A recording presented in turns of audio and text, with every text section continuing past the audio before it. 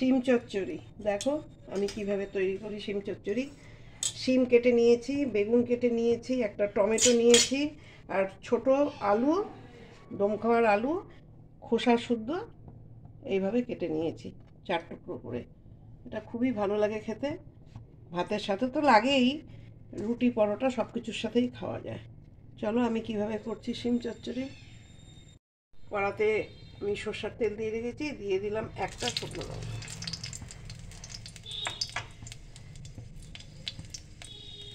5 ফোড়ন দিয়ে দিচ্ছি,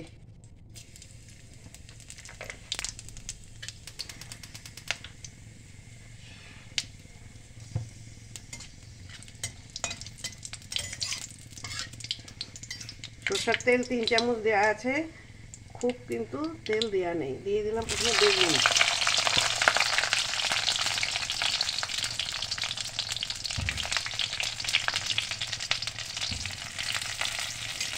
বেগুনটা দিয়ে ভালো করে একটু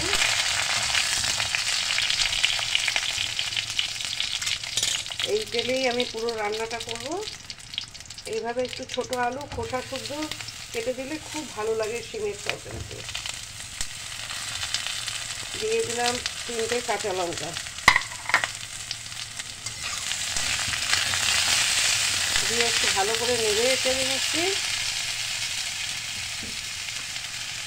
এবার আমি পরিমাণ মতো নুনটা আমার দিয়ে দিলাম, ঠিক যতটুকু নুন লাগবে আমি দিয়ে দিচ্ছি, দিয়ে একটু ভালো করে নেড়ে নিচ্ছি। এখন কিন্তু ঢাকা দেবো না, একটু মিডিয়াম ফ্লেমে একটু নেড়ে নিচ্ছি ভালো করে। এবার দেখো ভাজা ভাজা হয়ে গেছে, কি আলুগুলো প্রায় সেদ্ধই হয়ে গেছে। এবার আমি টমেটো শিম সব দিয়ে দিচ্ছি। একবার আমার মতো করে বানিয়ে দেখো, এক এক বাড়িতে এক এক রকমভাবে শিমের তরকারি করা হয় শীতের সময়। একবার আমার মতন করে এইভাবে একবার বানিয়ে খেয়ে দেখো, খুবই ভালো লাগে খেতে। আমি কী দিচ্ছি, কী মশলা দিচ্ছি একবার দেখো। আমার হলুদ বাটা, গুঁড়ো হলুদ দিলেও কোনো অসুবিধা নেই, এটা নিরামিষ শিম চচ্চড়ি, আমি হলুদটাও দিয়ে দিলাম।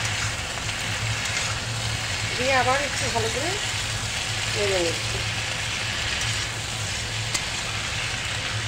পুরো ভিডিওটা দেখতে থাকো, দেখলেই বুঝতে পারবে আমি কী করছি।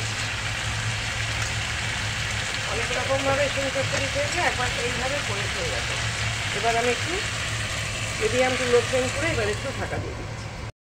তুলে আমি নেড়ে দিয়েছি, সবগুলো তরকারি আমার সেদ্ধ হয়ে গেছে। এবার দেখো এখানে 2 চামচ সর্ষে বাটা আমি দিয়ে দিলাম, সাদা সর্ষে বাটা 2 চামচ আমার বাটা ছিল, সেই বাটাটাই আমি দিয়ে দিলাম।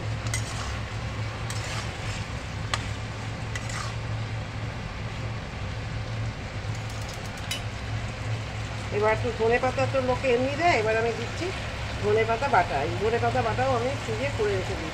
এবার দিয়ে দিচ্ছি ধনে পাতা বাটা 1 চামচ। এইভাবে ধনে পাতা বাটা দিয়ে একবার করে দেখো,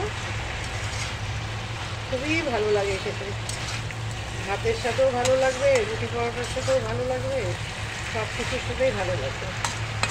এবার দেবো সামান্য চিনি, পরিমাণ মতো, যেহেতু নিরামিষ তরকারি একটু দিতে হবে চিনি, আমি আমার পরিমাণ মতো চিনি দিয়ে দিলাম।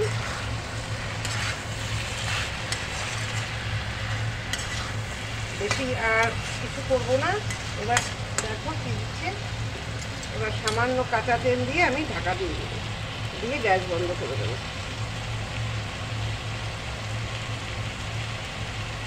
1 চামচ সরষের তেল দিয়ে দিলাম, গ্যাস আমি বন্ধ করে দিয়েছি।